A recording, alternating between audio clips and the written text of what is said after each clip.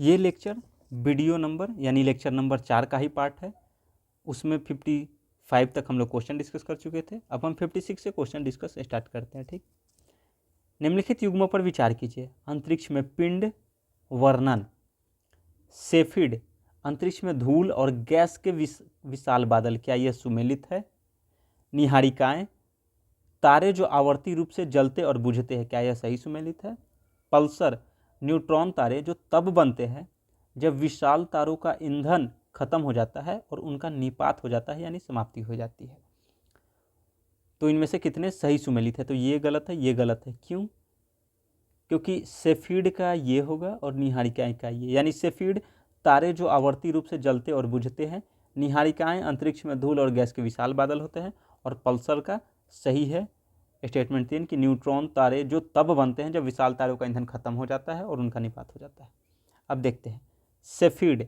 Cepheid एक प्रकार का चर यानी वेरिएबल तारा है जिसका प्रकाश तीव्रता नियमित अंतराल पर बढ़ती और घटती रहती है। विशेषताएं क्या है? तो ल्यूमिनोसिटी, पेरिडोसिटी यानी एक दिन से कई सप्ताह तक होती है। डिस्टेंस मेजरमेंट के लिए इसका यूज किया जा सकता है, जैसे प्रकाश तीव्रता के नियमित बदलाव से अंतरिक्ष में दूरी मापने में मदद मिलती है। ठीक, स्टैंडर्ड कैंडल यानी खगोलीय दूरी ज्ञात करने के विश्वसनीय साधन है कौन? तो सेफिड। ठीक, जो इसकी तीव्रता जो है प्रकाश की घटती बढ़ती रहती है। इसका यूज़ क्या है? तो हमारे और अन्य आकाशगंगाओं की दूरी मापना और ब्रह्मांड की विस्तार दर निर्धारण यानी हब्बल कांस्टेंट के लिए। निहारिका नेब्यूला के बारे में देखते हैं। ठीक, निहारिका क्या है? अंतरिक्ष में गैस और धूल का विशाल बादल है जो कभी कभी नए तारे और ग्रहों को जन्म देती है। ठीक, निहारिका से ही तारे या ग्रह का, प्रायः ग्रह का निहारिका से ही जन्म होता है। प्रकार एमिशन नेब्यूला, गैस आयोनाइज होती है और स्वयं प्रकाश उत्सर्जित करती है। एग्जाम्पल के तौर पे ओरियोन नेब्यूला। रिफ्लेक्शन नेब्यूला, पास के तारों का प्रकाश परावर्तित करती है। Example Pleiades nebula. Dark nebula प्रकाश अवरुद्ध करती है और काली दिखाई देती है। नाम से ही मीनिंग चल रहा है, एमिशन उत्सर्जन करती है, रिफ्लेक्शन परावर्तित करती है, डार्क प्रकाश अवरुद्ध करती है, जैसे हॉर्सहेड नेब्यूला। और प्लैनेटरी यानी मरते हुए छोटे सितारों के आउटर लेयर, रिंग नेब्यूला। उपयोग क्या है? तारों के जन्म स्थल की पहचान, ब्रह्मांड में गैस और धूल का अध्ययन करने के लिए। पल्सर देखते हैं। पल्सर एक प्रकार का न्यूट्रॉन स्टार है जो अत्यधिक तेज गति से घूमता है और विद्युत चुंबकीय किरणों का नियमित रूप से उत्सर्जन करता है, यानी पल्सर स्टार इलेक्ट्रोमैग्नेटिक रेडिएशन का एमिशन करता है। इसकी फीचर क्या है? तो न्यूट्रॉन स्टार सुपरनोवा विस्फोट के बाद बने, बहुत छोटे व्यास लगभग 20 किलोमीटर पर भारी गुरुत्वाकर्षण होता है इसमें। रेडिएशन पल्सेस रेडियो टेलीस्कोप से दिखाई देते हैं। गति बहुत तेज होती है, सेकंडों में कई बार घूमते हैं। उपयोग ब्रह्मांड दूरी और गति मापना, जनरल रिलेटिविटी और ग्रेविटेशनल वेव्स का अध्ययन करने के लिए। अब हम नेक्स्ट क्वेश्चन की ओर देखते हैं। निम्नलिखित देशों में से किस एक के पास अपनी उपग्रह मार्ग निर्देशन नेविगेशन प्रणाली है, यानी उपग्रह नेविगेशन प्रणाली है? तो जब ये जापान आंसर होगा। अब देखते हैं इसके बारे में। क्वैसी जेनिथ सैटेलाइट सिस्टम यानी QZSS, quasi zenith satellite system Japan सरकार के स्वामित्व वाला एक क्षेत्रीय है, ये रीजनल है, जापान के पास रीजनल है। Quasi zenith satellite system QZSS है जो रीजनल है, क्षेत्रीय है। QZSS पूर्वी एशिया और ओशिनिया में कवरेज को बेहतर बनाने के लिए GPS का पूरक है ये। अब जापान का जो क्षेत्रीय QZSS सैटेलाइट जो सिस्टम जो है वो ओशिनिया में और पूर्वी एशिया में कवरेज करने के लिए GPS का पूरक है। GPS किसका है? USA का है। ठीक, विश्व में पूरी तरह से 4 ग्लोबल नेविगेशन सैटेलाइट सिस्टम है। GNSS global navigation satellite system, वे GPS USA का, ग्लोनास रूस का, गैलीलियो यूरोपीय यूनियन का और ब्यूडियो चीन का है ये। इसके अतिरिक्त 2 क्षेत्रीय है जिसमें QZSS जापान का और IRNSS या नाविक जो है वो भारत का है। ठीक, तो विश्व में पूरी तरह से 4 ग्लोबल नेविगेशन है, 4 ग्लोबली नेविगेशन है, यानी ग्लोबल तौर पे जो रूस ये USA का GPS, रूस का ग्लोनास, EU यूरोपीय यूनियन का गैलीलियो और ब्यूडियो चीन का है। जबकि 2 रीजनल है, क्षेत्रीय है, जिसमें जापान का QZSS और भारत का IRNSS और नाविक है। ठीक, तो ये क्या है? उपग्रह मार्ग निर्देशन प्रणाली, Japan answer D. 58 number question, निम्नलिखित कथनों पर विचार कीजिए।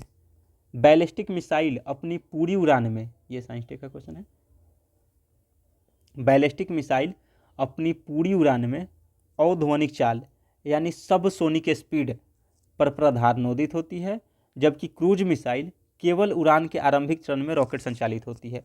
यानी कह रहा है कि बैलिस्टिक मिसाइल जो है अपनी पूरी उड़ान के दौरान, यानी जब तक वह हवा में है, उड़ रहा है, तो उसमें जो है जेट प्रोपल्सन होती है, यानी जेट इंजन के माध्यम से वो चलता है। जबकि क्रूज मिसाइल एक बार में रॉकेट से संचालित हो गया, उसके बाद रॉकेट जब उसके साथ नहीं रहेगा, हट जाएगा, तो भी वह उड़ता ही रहेगा या अपने टारगेट की ओर बढ़ता ही रहेगा। दूसरा कह रहा है अग्नि 5 मध्यम दूरी की पराध्वनिक क्रूज मिसाइल है, यानी क्रूज मिसाइल और पराध्वनिक सुपरसोनिक। जबकि ब्रह्मोस ठोस ईंधन चालित अंतर महाद्वीपीय बैलिस्टिक मिसाइल है। तो दोनों क्वेश्चन गलत है। कैसे, अब देखते हैं। पहले इसके बारे में जान लेते हैं, फिर ऑप्शन डिस्कस कर लेंगे। बैलिस्टिक मिसाइल क्या होती है? बैलिस्टिक मिसाइल वह मिसाइल होती है जो लॉन्च के बाद अपनी उड़ान का अधिकांश भाग वायुमंडल में गुरुत्वाकर्षण के प्रभाव से तय करती है और लक्ष्य तक पहुंचने के लिए ट्रेजेक्ट्री पथ पर निर्भर करती है। अब इसका भी मीनिंग समझेंगे कि उड़ान का अधिकांश भाग वायुमंडल में गुरुत्वाकर्षण के प्रभाव से तय करती है। कैसे, एक बार फोटो देखते हैं, इमेज देखते हैं। ये रहा, ये जो जा रहा है ये है बैलिस्टिक मिसाइल, ठीक, और ये जो जा रहा है ये है क्रूज मिसाइल। तो ये कह रहा है कि बैलिस्टिक मिसाइल जो है एक बार यहाँ से लॉन्च किया गया तो ये रॉकेट के माध्यम से चलता है। रॉकेट का काम क्या है कि एक बार इसको थ्रस्ट प्रदान किया, उड़ान किया, और यहाँ पर आकर के बंद हो गया इंजन। उसके बाद ये अंतरिक्ष में चला गया, ठीक, अंतरिक्ष में चला गया, इसका यहाँ इंजन बंद है। तो यहाँ तो गुरुत्वाकर्षण नीचे खींचता था, इसीलिए रॉकेट का यूज लिया गया। अब यहाँ गुरुत्वाकर्षण नीचे खींचेगा, इसीलिए रॉकेट का यूज नहीं है, और इसका टारगेट जो है, ये टारगेट है, वो खुद पे खुद टारगेट करके वहाँ चला जाएगा। ये रडार से जल्दी पहचान में आ जाते हैं। क्यों? क्योंकि देखिए ये रडार जैसे ही यहाँ आया, बैलिस्टिक मिसाइल रडार से यहीं पहचान हो गया, ठीक, क्योंकि ये ऊपर वायुमंडल में जा रहा है। बैलिस्टिक मिसाइल ट्रेजेक्ट्री, इसका पाथ है, ये वलयाकार होता है, पैराबोलिक होता है, ठीक, ऐसे पैराबोलिक। ये 1400 किलोमीटर ऊंचाई तक होता है, तो ये बहुत जल्दी ही रडार में पहचाना जाता है, ठीक। जबकि क्रूज मिसाइल ये जो जा रहा है, नीचे नीचे जो जा रहा है क्रूज मिसाइल, अब रडार यहाँ है, ये रहा रडार, अब ये ऊपर जा ही नहीं रहा, इसका एंगल यहाँ बन रहा है, तो ये नीचे नीचे ही जा रहा है, तो यहाँ आकर के पहचाना, क्योंकि टारगेट के नज़दीक आकर के रडार में के पहचान में आ रहा है। जबकि बैलिस्टिक मिसाइल टारगेट से बहुत दूर है, फिर भी रडार के पहचान में आ गया, तो वो टारगेट इसे नष्ट कर सकता है खुद। तो क्रूज मिसाइल जितना नीचे होगा, क्रूज मिसाइल ही नीचे होती है, तो ये जितना नीचे होगा रडार से बचने की संभावना उतनी ही अधिक होती है, ठीक। तो अब देखते हैं इसकी फीचर्स क्या होती है। उड़ान का प्रकार, लॉन्च जो होता है बूस्ट फेज, मिडोस्कोप इन स्पेस, री एंट्री और टारगेट, यानी एक बार लॉन्च हुआ, फिर बूस्ट किया गया उसको, फिर मिडोस्कोप यानी एक स्पेस में छोड़ दिया गया, फिर दूसरा वायुमंडल में आया, यानी ये वायुमंडल है, एक बार यहाँ से छोड़ दिया गया तो वायुमंडल में गया, फिर यहाँ रहा, फिर दूसरी बार वायुमंडल में एंट्री किया, तो री एंट्री, और फिर टारगेट यानी लक्ष्य को मार गिराया। और ट्रेजेक्ट्री, इसकी पाथ, ट्रेजेक्ट्री का मतलब पाथ होता है, पैराबोलिक होता है, गुरुत्वाकर्षण के अनुसार कर्व होता है, क्योंकि यहाँ तो रॉकेट से छोड़ा गया, स्पेस में है, अब यहाँ है तो इसके गुरुत्वाकर्षण थोड़ा नीचे खींचेगा, तो इसलिए ऐसे पाथ बन जाती है, ठीक। स्पीड बहुत तेज, कई मैक, ध्वनि की गति से अधिक होती है, ठीक। ध्वनि की गति कब होती है? तो 332 मीटर पर सेकेंड होती है, एयर में ज़्यादा भी हो सकती है, 340 तक की जाती है। रेंज, शॉर्ट रेंज से इंटरकॉन्टिनेंटल तक, यानी शॉर्ट रेंज से लेकर के अंतर महाद्वीपीय, एक महाद्वीप से दूसरे महाद्वीप, यानी short range ballistic missile, medium range ballistic missile, intercontinental ballistic missile. Propulsion जो है इसकी सॉलिड और लिक्विड फ्यूल होते हैं इसके प्रोपल्सन, यानी इसका ईंधन जो होता है, प्रोपल्सन मतलब ईंधन, वो सॉलिड, ठोस और लिक्विड तरल होता है। प्रकार क्या है इसका? SRBM, शॉर्ट रेंज 300 किलोमीटर तक, पृथ्वी 1 एग्जाम्पल के तौर पे। मीडियम रेंज 1000 से 3500 किलोमीटर तक, अग्नि 1 और अग्नि 2 इसी कैटेगरी का है, ये VVI है, इसे याद रखें। IRBM यानी इंटरमीडिएट 3500 से 5500 तक, अग्नि 3, और इंटरकॉन्टिनेंटल 5500 प्लस, ये अग्नि 5 है, ठीक। क्रूज मिसाइल परिभाषा, क्रूज मिसाइल वह निर्देशित उड़ान वाली मिसाइल होती है, निर्देशित यानी ये गाइडेड होती है, जबकि ये गाइडेड नहीं होती है, इसे एक बार उड़ान कर दिया गया वो खुद ऊपर जा कर के और गुरुत्वाकर्षण के कारण नीचे आती है।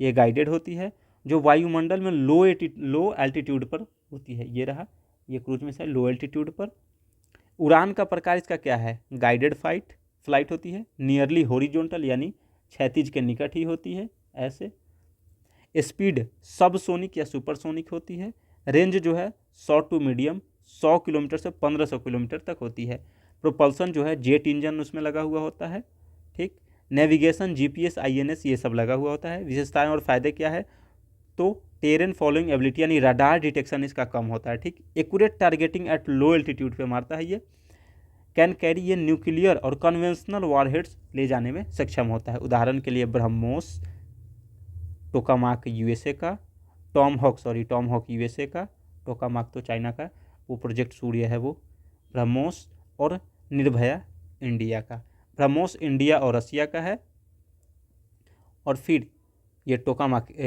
टॉम हॉक यूएसए का और निर्भया इंडिया का। अब देखते हैं बैलिस्टिक और क्रूज मिसाइल में अंतर देखते हैं। बैलिस्टिक और क्रूज मिसाइल, उड़ान मार्ग जो है बैलिस्टिक का परवलयाकार ऊंचाई पे होता है, जबकि क्रूज मिसाइल क्षैतिज और निचली ऊंचाई पर होती है। गति जो है बहुत तेज़ सुपरसोनिक होती है, ठीक, किसकी, तो इसकी बहुत तेज़ सुपरसोनिक होती है, ये उपध्वनिक से सुपरसोनिक होती है यानी कम। इसके प्रणोदन क्या होता है, रॉकेट ईंधन, और इसमें जेट इंजन, इसमें जेट इंजन लगा होता है क्रूज में, और बैलिस्टिक में एक बार रॉकेट यहाँ से उसको थ्रस्ट करके यहाँ पहुँचा करके और यहाँ से छोड़ दिया, फिर वो यहाँ अंतरिक्ष में जाएगा और फिर वो गुरुत्वाकर्षण से नीचे की ओर। रेंज बैलिस्टिक का छोटी से अंतर महाद्वीपीय तक होता है, जबकि क्रूज मिसाइल छोटी से मध्यम होती है। सटीकता सीमित मार्ग में, क्योंकि रडार में जल्दी डिटेक्ट हो जाते हैं, इसकी उच्च सटीकता होती है। पहचान, रडार पर आसानी से बैलिस्टिक मिसाइल जल्दी पहचान हो जाती है, और क्रूज जल्दी नहीं होती क्योंकि निचली ऊंचाई और छिपी हुई जाती है। उदाहरण के लिए पृथ्वी, अग्नि ये बैलिस्टिक है, ब्रह्मोस, निर्भय ये क्रूज मिसाइल है। अब कुछ टर्मिनोलॉजी देख लेते हैं जो इसमें आया था, जेट प्रोपोल्ड और रॉकेट पावर्ड, यानी जेट से द्वारा जो, और फिर rocket powered, subsonic, supersonic. Jet engine से चलता है, हिंदी में अर्थ है इसका, हवा में थ्रस्ट नियंत्रित उड़ान, ब्रह्मोस जेट विमान ये यूज होता है क्रूज में। रॉकेट पावर्ड, रॉकेट ईंधन से चलता है, हवा की ज़रूरत नहीं, अंतरिक्ष में भी चलता है, अग्नि मिसाइल, स्पेस शटल ये यूज होगा बैलिस्टिक में। सबसोनिक क्या है, ध्वनि से कम गति है, ठीक, स्थिर कम शोर छोटे क्रूज मिसाइल और सामान्य जेट विमान के लिए, यानी सबसोनिक क्रूज मिसाइल में यूज होता है। सुपरसोनिक जो ध्वनि से तेज गति है, तेज उच्च ऊर्जा युद्धक, ब्रह्मोस और अग्नि मिसाइल यानी बैलिस्टिक में यूज होता है ये, ठीक। अब देखते हैं, अब इसकी प्रक्रिया हम देखते हैं कैसे कार्य करता है। तो बूस्ट चरण में देखते हैं क्या होता है। पहले चरण में ये ब्रह्मोस मिसाइल का है, ठीक, ब्रह्मोस का है ये, सॉरी ब्रह्मोस कह रहे, बैलिस्टिक का, BALLESTIC बैलिस्टिक। कार्य कैसे करता है, इस चरण में, पहले चरण में रॉकेट इंजन चालू होती है। इमेजिन करें आप कि रॉकेट इंजन चालू होती है, मिसाइल को तेज़ी से ऊपर की ओर अंतरिक्ष में भेजा जाता है। यहाँ तक मिसाइल रॉकेट प्रणोदन से चलती है, यानी यहाँ चालू हुआ और यहाँ तक रॉकेट प्रणोदन से ले जाया गया। गुरुत्वाकर्षण की भूमिका क्या होती है, इस चरण में गुरुत्वाकर्षण मिसाइल की गति के विरुद्ध कार्य करता है। क्यों, क्योंकि मिसाइल ऊपर जा रहा है, गुरुत्वाकर्षण का काम होता है किसी भी चीज़ को नीचे खींचना, तो गुरुत्वाकर्षण के विरुद्ध तो काम करेगा ही, यानी गुरुत्वाकर्षण उसे नीचे खींचना चाहता है लेकिन रॉकेट बल उसे ऊपर ले जाता है, ठीक, बैलिस्टिक मिसाइल को। परिणाम क्या होता है कि यह चरण कुछ मिनटों तक चलता है। जब मिसाइल वांछित ऊंचाई और गति प्राप्त कर लेती है, अपनी आवश्यक ऊंचाई और गति प्राप्त कर लेती है, तब इंजन बंद कर दिया जाता है, रॉकेट इंजन बंद कर दिया जाता है। जैसे ही यहाँ पहुँचा अंतरिक्ष में, वायुमंडल से बाहर, तो यहाँ करके रॉकेट इंजन बंद कर दिया गया। अब मध्यम मार्ग देखते हैं, मिड कोर्स क्या है, फेज या फ्री फ्लाइट इसको कहते हैं। क्या होता है, इंजन बंद होने के बाद मिसाइल अब अंतरिक्ष में पहुंच जाती है। यहाँ कोई वायु प्रतिरोध नहीं होता क्योंकि ये फ्री स्पेस होती है, इसलिए मिसाइल गुरुत्वाकर्षण और जड़त्व बल के अनुसार चलती है। यह चरण उड़ान का सबसे लंबा हिस्सा होता है, क्योंकि यहाँ तो चला, अब यहाँ से ऐसे आएगा वो।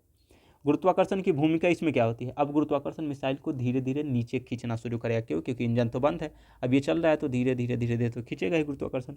इसकी गति और ऊंचाई के कारण यह एक परवलयाकार यानी पैराबोलिक ट्रेजेक्ट्री पथ का निर्माण करता है, इसलिए इसे बैलिस्टिक पाथ कहते हैं। परवलयाकार मतलब ऐसे। उदाहरण, जैसे कोई पत्थर तुम ऊंचाई से फेंको, वह कुछ दूर तय करके गुरुत्वाकर्षण के कारण नीचे गिरता है। मिसाइल भी उसी सिद्धांत पर चलती है, बस बहुत अधिक ऊर्जा के साथ, ठीक। लास्ट में क्या है, पुनः प्रवेश चरण, री एंट्री फेज, यानी ये वायुमंडल में प्रवेश किया, फिर यहाँ कुछ चला और फिर दोबारा वायुमंडल में प्रवेश किया है, ठीक। तो अब मिसाइल पृथ्वी के वायुमंडल में फिर से प्रवेश करती है। इसका वॉरहेड लक्ष्य की दिशा में गिरता है। इसका वॉरहेड जो है टारगेट ये है। अब जैसे देखते हैं, एक बार में ये प्रवेश किया ऊपर, फिर वायुमंडल में रहा, फिर नीचे, ये रहा टारगेट, तो इसी पे गिरेगा ये, तो लक्ष्य की दिशा में गिरता है। अब गुरुत्वाकर्षण की भूमिका इसमें क्या होती है? यह गुरुत्वाकर्षण मुख्यतः शक्ति बन जाता है।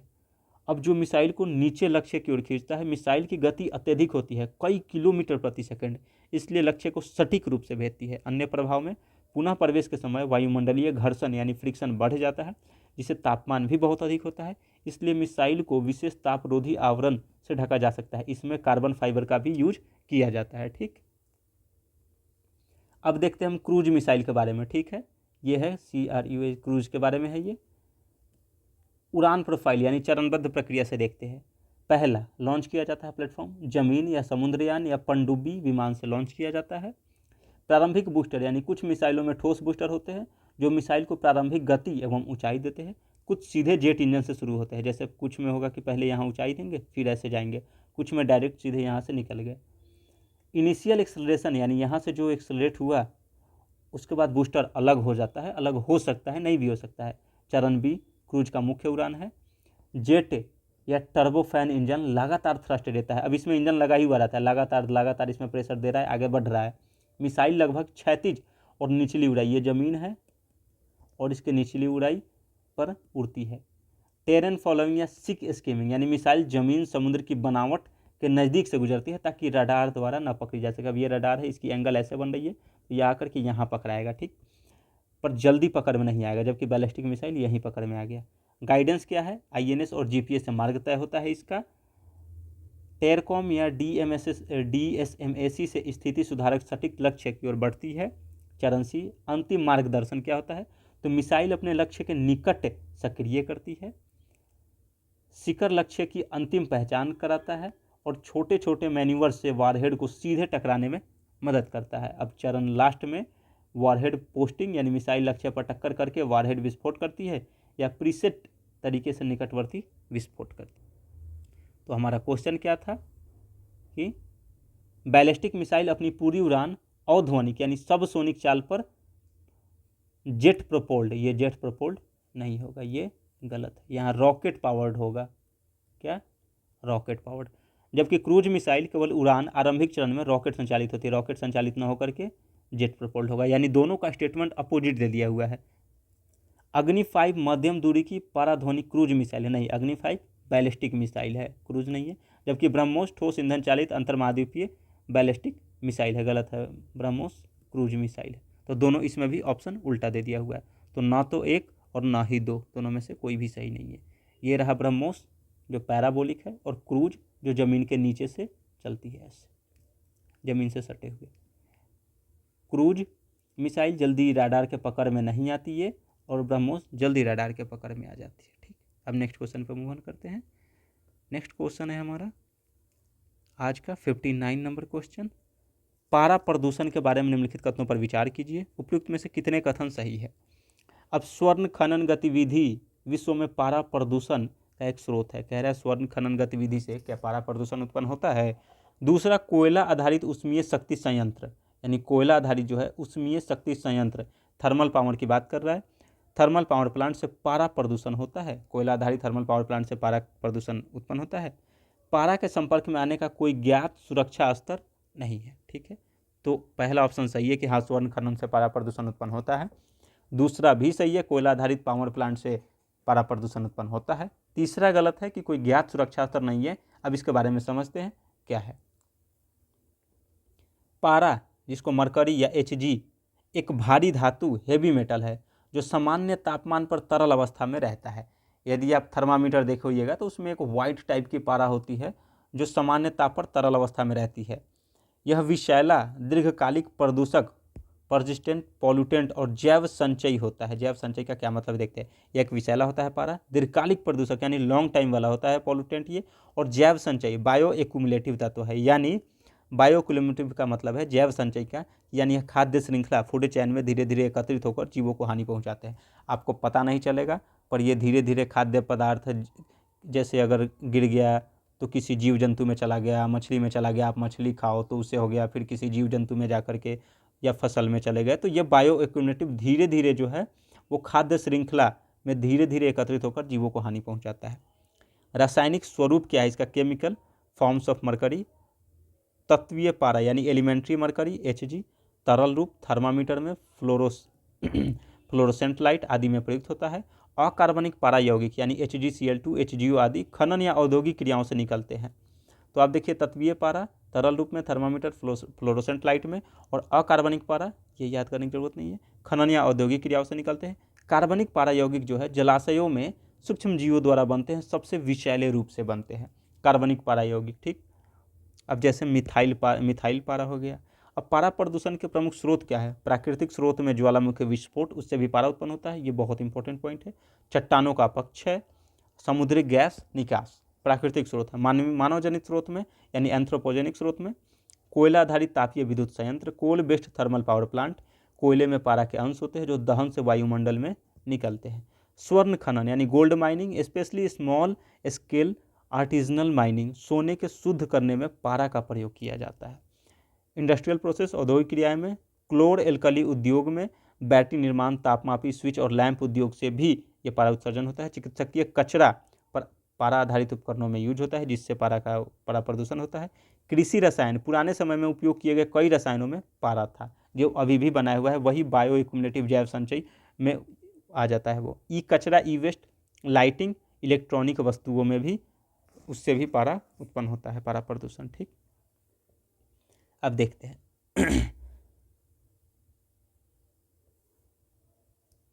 पारा का पर्यावरण में संचरण, वायुमंडल में उत्सर्जन, बिजली घर खनन से गैस रूप में निकलता है, वर्षा द्वारा जल निकायों में प्रवेश कर जाता है, और सूक्ष्म जीवों द्वारा मिथाइल पारा का निर्माण करता है। अब जो जल में चला गया तो सूक्ष्म जीव वो ग्रहण करेंगे और मिथाइल पारा का निर्माण हो गया, अत्यंत विषैला होता है। जैव संचय यानी यहीं से बायो एक्युमुलेशन, छोटी मछलियाँ इसे ग्रहण कर लेती है।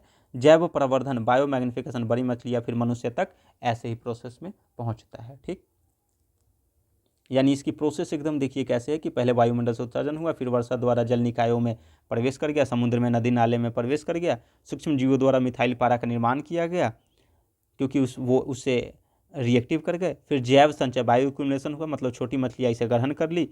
फिर जैव प्रवर्धन यानी बायो मैग्निफिकेशन हुआ, बड़ी मछलियाँ और फिर मनुष्य तक पहुँचना, क्योंकि बड़ी मछली ग्रहण की और फिर मनुष्य बड़ी मछलियों को खाते हैं। ठीक, तो पहला सही है, दूसरा सही है। तीसरा, पारा के संपर्क में आने का कोई ज्ञात सुरक्षा स्तर नहीं है। अब इसके देखते हैं कोई ज्ञात सुरक्षा स्तर का क्या मतलब है। यानी वर्ल्ड हेल्थ ऑर्गेनाइजेशन WHO, विश्व स्वास्थ्य संगठन और मीनामाटा कन्वेंशन ऑन मरकरी मानते हैं। ये मीनामाटा कन्वेंशन क्या है देखेंगे अभी, कि मिथाइल मरकरी जो सबसे विषैला रूप होता है उसके लिए कोई सुरक्षित स्तर नहीं है। यानी ये सही कह रहा है कि ज्ञात सुरक्षा स्तर नहीं है। तो मिथाइल मरकरी के लिए कोई भी ज्ञात सुरक्षा स्तर नहीं है, यानी उससे कोई सुरक्षा नहीं किया जा सकता है। इस लाइन का मतलब है पारा के संपर्क में आने का कोई ज्ञात सुरक्षा, यानी पारा के यदि आप एक बार संपर्क में आ गए, उसे प्रॉब्लम हो गया तो उसे कोई सुरक्षा प्राप्त नहीं होगा आपको, उसका भी कोई उपाय नहीं है। तो मिथाइल मरकरी के लिए स्टेटमेंट सही है, लेकिन सामान्य पारा के संपर्क के लिए कुछ सुरक्षा मानक निश्चित किए गए हैं, जैसे WHO और USEPA द्वारा 0.1 माइक्रोग्राम या माइक्रोग्राम पर KG body weight per day का मानक है ये। यानी occupational safety and health administration OSHA द्वारा वायु में पारा की सीमा 0.05 माइक्रोग्राम पर मीटर की होता है। यानी आपके शरीर से इतना संपर्क होता है या इतना मात्रा में संपर्क होता है तो आपको सुरक्षित किया जा सकता है, आपको उतना नुकसानदेह नहीं है। इसलिए वाक्य पारा के संपर्क में आने का कोई ज्ञात सुरक्षा स्तर नहीं है सर्वथा सत्य नहीं है। ये मिथाइल के संदर्भ में सत्य है, मिथाइल मरकरी के, पर सामान्य पारा के संदर्भ में सत्य नहीं है। कुछ स्वरूपों के लिए लिमिट निर्धारित की गई है। ठीक है, अब मीनामाटा कन्वेंशन हम देखते हैं क्या है। ठीक, मानव स्वास्थ्य पर पारा का प्रभाव को संदर्भ में देखेंगे कि मीनामाटा क्या है। तो तंत्रिका तंत्र प्रभावित होता है जिसमें स्मृति ह्रास यानी मेमोरी शक्ति कम होती है, नींद में कमी, कंपकपी, मानसिक विकार, गर्भवती महिलाएं और भ्रूण को मस्तिष्क विकास का पर प्रभाव पड़ता है, गुर्दे यानी किडनी पे विषाक्तता और कार्यक्षमता में कमी आती है, त्वचा या मुंह में जलन, घाव, मसूड़ों में बहुत सारे हैं, वो उतना याद करने की जरूरत नहीं है। ये रोग हम जान इसलिए रहे थे क्योंकि इसका ऐतिहासिक एग्जाम्पल है मीनामाटा रोग, जापान 1950। समुद्र में मिथाइल पारा उत्सर्जन से हजारों लोग प्रभावित हुए थे और हजारों लोगों की मृत्यु हुई थी, इसीलिए मीनामाटा कन्वेंशन लाया गया था। तो यही है मीनामाटा रोग। ठीक है, नियंत्रण के इसका उपाय क्या है? राष्ट्रीय स्तर पर थर्मामीटर, बल्ब, बैटरियों में पारा प्रयोग पर नियंत्रण करें। स्वच्छ ईंधन व स्वच्छ तकनीक जैसे फ्लू गैस या डिसल्फराइजेशन में पारा नियंत्रण। अपशिष्ट प्रबंधन जैसे बायोमेडिकल या हैजार्डस वेस्ट रूल के अंतर्गत अपशिष्ट का प्रबंधन करे। कोयला बिजली घरों में उत्सर्जन मानक द्वारा निर्धारित किया जा सकता है। अंतर्राष्ट्रीय प्रयास क्या है, तो मिनामाटा संधि, वही जापान में जो रोग हुआ था उसी पे मिनामाटा बना था। Minamata convention on mercury 2013। UNEP के तहत जो है पारा के उत्पादन, उपयोग और उत्सर्जन को घटाने हेतु वैश्विक समझौता। मिनामाटा, याद रखें मिनामाटा कन्वेंशन किस से रिलेटेड है, तो पारा से रिलेटेड है। मिनामाटा संधि पारा से रिलेटेड है, मरकरी से रिलेटेड है। 2013 में लाया गया था। भारत ने 2014 में हस्ताक्षर किया, यानी भारत 2014 में हस्ताक्षर कर रहा है मिनामाटा कन्वेंशन पे। बेसल कन्वेंशन ये हैजार्डस वेस्ट की बात करता है। स्टॉकहोम कन्वेंशन ये 2001 में लाया गया था, ये परसिस्टेंट ऑर्गेनिक पॉल्यूटेंट से सुरक्षा की बात करता है। और ये है यूएनईपी ग्लोबल मरकरी असेसमेंट, यानी ये दोनों याद रखें, ये और ये यानी पारा के वैश्विक प्रवाह का मूल्यांकन करता है कि पारा का विश्व में कैसे कैसे यूज हो रहा है, क्या प्रवाह हो रहा है, कितना नुकसानदायक है, नहीं है, सारी मूल्यांकन यूएनईपी ग्लोबल मरकरी असेसमेंट यानी united nation environment programme UNEP. और मिनामाटा संधि ये ध्यान रखें, मिनामाटा संधि बहुत इंपॉर्टेंट है, उसे ध्यान रखें। तो हमारा पहला और दूसरा सही है, केवल 2, ऑप्शन 3 गलत है। आज का लास्ट क्वेश्चन है हमारा क्वेश्चन नंबर 60। हरित हाइड्रोजन के संदर्भ में निम्नलिखित कथनों पर विचार। अब ग्रीन हाइड्रोजन क्या है देखते हैं।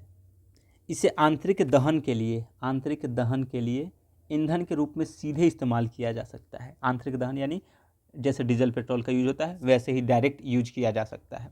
इसे प्राकृतिक गैस के साथ मिलाकर, यानी कोई नेचुरल गैस के साथ मिलाकर ताप या शक्ति जनन यानी टेम्परेचर एंड पावर प्रोड्यूस के लिए जो है ईंधन के रूप में इस्तेमाल किया जा सकता है। यानी क्या ग्रीन हाइड्रोजन को किसी प्राकृतिक गैस के साथ मिलाकर टेम्परेचर या पावर उत्पन्न किया जा सकता है। आंतरिक दहन के लिए ईंधन के रूप में सीधे इस्तेमाल किया जा सकता है।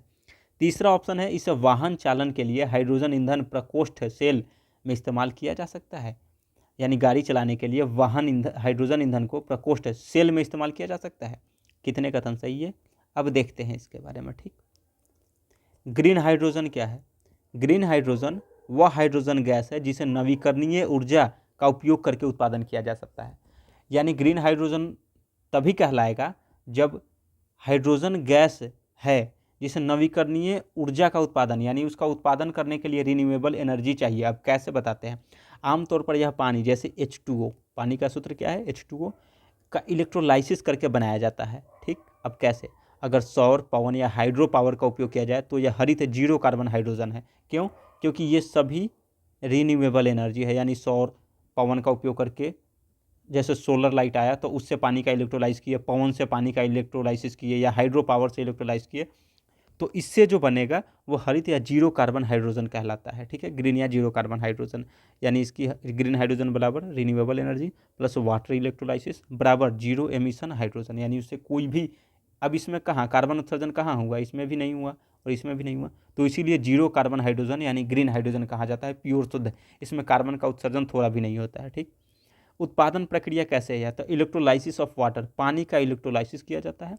पानी यानी H2O को इलेक्ट्रिक करंट द्वारा हाइड्रोजन और ऑक्सीजन में विभाजित किया जाता है। अब पानी का फार्मूला है H2O, तो अब इसको हाइड्रोजन और ऑक्सीजन में डिवाइड कर दिया गया। जैसे देखिए अब रासायनिक समीकरण हाइड्रोजन और ऑक्सीजन में विभाजित कर दिया गया।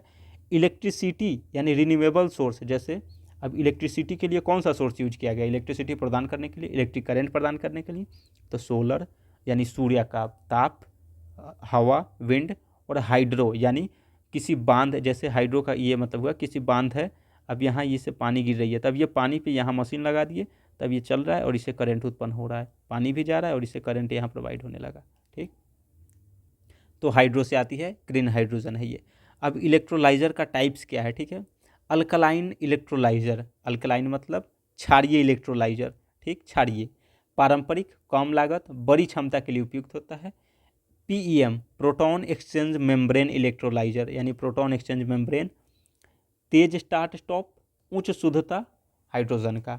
सॉलिड ऑक्साइड इलेक्ट्रोलाइजर, उच्च तापमान, अधिक एफिशिएंसी, रिसर्च स्टेज। ये टर्मिनोलॉजी आप ध्यान रखें, ठीक है, ताकि समझने में मदद मिलेगा, या फिर ये टर्मिनोलॉजी इंपॉर्टेंट भी है। ठीक, अब देखते हैं हम हाइड्रोजन के रंग के बेस पे देखते हैं कि ग्रे हाइड्रोजन जो है वो प्राकृतिक गैस और कोयला से उत्पन्न होता है। इसमें उच्च CO2 उत्सर्जन होता है। जो ग्रे हाइड्रोजन जो अगर प्रोड्यूस कर रहे हैं तो वो प्राकृतिक गैस और जो कोयला से उत्पन्न होता है उसे ग्रे हाइड्रोजन कहते हैं, इसमें उच्च CO2 इमिशन होता है। प्राकृतिक गैस और कार्बन कैप्चर से ब्लू हाइड्रोजन उत्पन्न करे तो उसे मध्यम CO2 उसमें वो उत्पन्न होता है। हरित हाइड्रोजन उत्पादन करने के लिए यदि नवीकरणीय ऊर्जा प्लस पानी का उपयोग किया गया तो इसमें शून्य CO2 उत्पन्न हुआ। यानी ग्रे हाइड्रोजन उत्पन्न करने के लिए प्राकृतिक गैस और कोयला का इस्तेमाल किए तो इसमें इससे क्या होगा, उच्च CO2 उत्पन्न होगा। ब्लू हाइड्रोजन उत्पन्न करने के लिए, यानी नाम ग्रे ब्लू बाद में दिया गया, पहले हाइड्रोजन उत्पन्न करने के लिए यदि प्राकृतिक गैस का इस्तेमाल किया गया तो इसमें उच्च CO2 उत्पन्न होगा तो इसे ग्रे कहा दिया गया। फिर हाइड्रोजन ईंधन उत्पन्न करने के लिए प्राकृतिक गैस और कार्बन कैप्चर का इस्तेमाल किया गया तो इसमें मध्यम CO2 का उत्सर्जन हुआ तो इसे ब्लू हाइड्रोजन कह दिया गया। हरित हाइड्रोजन किसे कहा गया, तो हाइड्रोजन उत्पन्न करने के लिए नवीकरणीय ऊर्जा प्लस पानी का इस्तेमाल हुआ तो इसमें शून्य CO2 यानी जीरो कार्बन उत्सर्जन हुआ कार्बन डाइऑक्साइड का तो इसे ग्रीन हाइड्रोजन कह दिया गया। और टर्कॉइज हाइड्रोजन यानी मीथेन पायरोलिसिस या ठोस कार्बन का यूज किया गया जिसमें कम CO2 एमिशन होता है तो इसे टर्कॉइज हाइड्रोजन कहा जाता है। भारत के संदर्भ में देखते हैं, राष्ट्रीय हाइड्रोजन मिशन 2021 में लॉन्च किया गया था। इसका पर्पस क्या है, 2030 तक ग्रीन हाइड्रोजन लागत कम करना, उद्योग और वाहनों में उपयोग करना, क्योंकि अभी ग्रीन हाइड्रोजन लागत इसकी बहुत ज़्यादा है, इसीलिए भारत में अभी ग्रीन हाइड्रोजन का प्रोडक्शन कम हो रही है। प्रमुख राज्य गुजरात, राजस्थान और तमिलनाडु ग्रीन हाइड्रोजन के मामले में, प्रोडक्शन के मामले में अग्रणी है। उदाहरण अदानी ग्रीन हाइड्रोजन परियोजना, NTPC पायलट प्लांट। तो अब हम देखते हैं हमारा तीनों ऑप्शन क्या था कि आंतरिक दहन के लिए ईंधन के रूप में सीधे इस्तेमाल किया जा सकता है। तो हरित हाइड्रोजन यानी ग्रीन हाइड्रोजन सीधे इंटरनल कंबसन इंजन में इस्तेमाल किया जा सकता है, लेकिन यह साधारण पेट्रोल डीजल इंजन की तरह सीधे नहीं चलता, विशेष मॉडिफिकेशन चाहिए, यानी उच्च दहन ताप और विस्फोट दर के कारण इंजन डिजाइन बदलना पड़ता है। पर हमारा मेन पर्पस क्या है कि किया जा सकता है, तो सही है, पहला ऑप्शन सही है। अब इंजन डिजाइन अच्छा चाहिए तो ऑब्वियसली बात है जो इंजन डीजल या पेट्रोल से चल रहा है वो वही इंजन तो फिर हाइड्रोजन से चलेगा नहीं। दूसरा भी सही है, क्यों, hydrogen natural gas blends power plants और इंडस्ट्रियल हीटिंग में प्रयोग किए जाते हैं।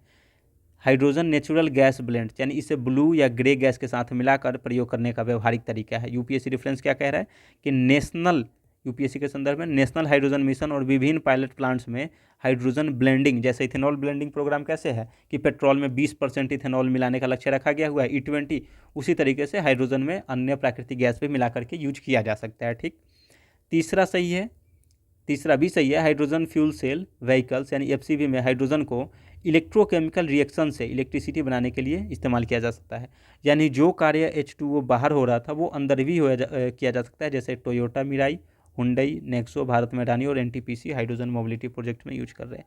तो हमारा तीनों ऑप्शन सही है कि आंतरिक दहन के लिए ईंधन के रूप में सीधे इस्तेमाल हो सकता है, प्राकृतिक गैस के साथ मिलाकर भी यूज हो सकता है, जैसे इथेनॉल ब्लेंडिंग का एग्जाम्पल दिए, फिर इसे वाहन चलाने के लिए हाइड्रोजन ईंधन प्रकोष्ठ में इस्तेमाल किया जा सकता है, बिल्कुल किया जा सकता है। ठीक, तो ये हमारा लास्ट क्वेश्चन था आज का 60 नंबर। अब बाकी बचे हुए क्वेश्चन आगे करेंगे। आप देख रहे हैं, यहाँ तक देखे लास्ट तक, इसके लिए धन्यवाद, शुक्रिया।